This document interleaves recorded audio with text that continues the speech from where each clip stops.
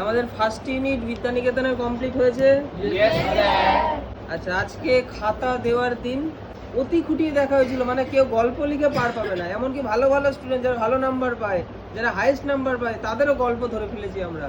এবং কার কোন সাবজেক্টে কম নাম্বার হচ্ছে, কেন কম নাম্বার হচ্ছে, সেইটা ভালো মতো নিজেকে বুঝতে হবে, বুঝে নিজের ডায়েরিতে লিখতে হবে যে বাংলা বলে হেডিং করলাম, বাংলায় কেন কম নাম্বার হলো, ইংলিশ বলে হেডিং করলাম, ইংলিশে কেন কম নাম্বার হলো, কোন জায়গায় আমার ঘাটতি ছিল।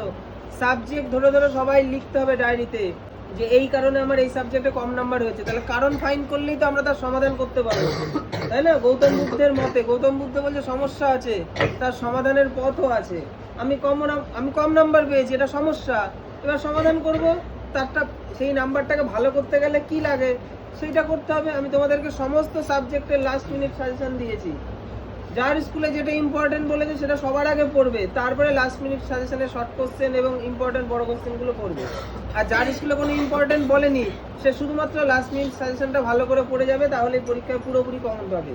তো আমি খাতাগুলো এখন সবাইকে দেবো, তোমরা খাতাগুলো দেখবে, দেখে যার যেটা সমস্যা আমাকে বলবে এবং খাতাগুলো তোমরা বাড়ি নিয়ে যাবে।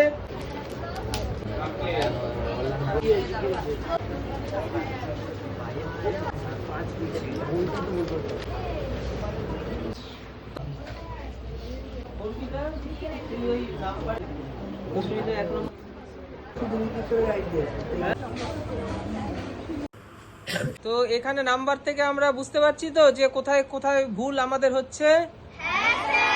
তো স্কুলে আমাদেরকে এর থেকে শিক্ষা নিতে হবে এবং যে ভুলগুলো এখানে হলো, যে কম নাম্বার তোমরা পেলে স্কুলে যেন কম নাম্বার না হয়, হবে না তো?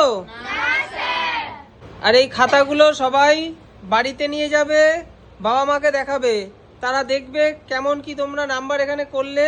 এবং এখানে যে নাম্বারটা তোমরা পেয়েছো স্কুলে এর থেকে ভালো নাম্বারই হবে, কারণ এখানের প্রশ্নের মান একটু টাফ ছিল। স্কুলে আশা করা যায় এর থেকে একটু সহজ হবে। আর লাস্ট মিনিট সাজেশনটা ভালো করে তোমাদেরকে পড়ে যেতে হবে, কারণ ওখান থেকেই তোমরা সমস্তটা কমন পাবে। পড়ে যাবে তো? স্কুলের পরীক্ষা ভালো হবে তো?